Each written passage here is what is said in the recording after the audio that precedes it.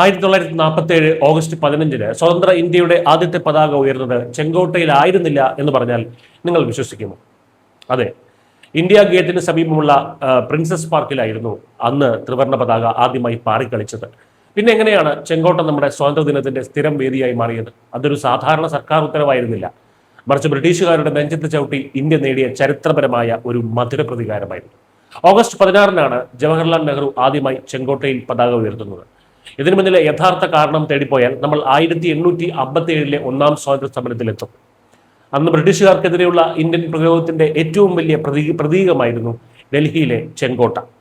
എന്നാൽ സമരം അടിച്ചമർത്തിയ ബ്രിട്ടീഷുകാർ കോട്ട പിടിച്ചെടുക്കുകയും അതിന്റെ വലിയൊരു ഭാഗം നശിപ്പിച്ച് അവരുടെ സൈനിക താവളമാക്കി മാറ്റുകയും ചെയ്തു.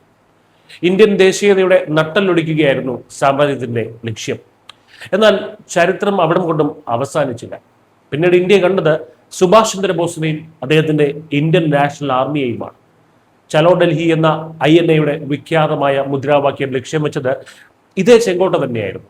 1945 ബ്രിട്ടീഷ് ഭരണകൂടം INA വീരന്മാരായ ഷാനവാസ് ഖാൻ, പ്രേംകുമാർ സൈഗാൾ, ഗുർബക്ഷ് സിംഗ് ധില്ലൻ എന്നിവരെ രാജ്യദ്രോഹ കുറ്റം ചുമത്തി വിചാരണ ചെയ്തതും ഈ ചെങ്കോട്ടയിൽ തന്നെയാണ്.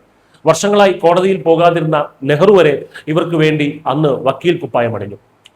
ഈ INA വിചാരണകളോടെ ഭാരതത്തിലൊട്ടാകെ ആഞ്ഞടിച്ച ദേശീയ വികാരം ബ്രിട്ടീഷ് ഭരണത്തിന്റെ അടിത്തറ തൊട്ടി. അതുകൊണ്ട് തന്നെ 1947 ചെങ്കോട്ടയിൽ നമ്മുടെ ത്രിവർണ്ണ പതാക ഉയർന്നപ്പോൾ അത് വെറുമൊരു ആഘോഷമായിരുന്നില്ല.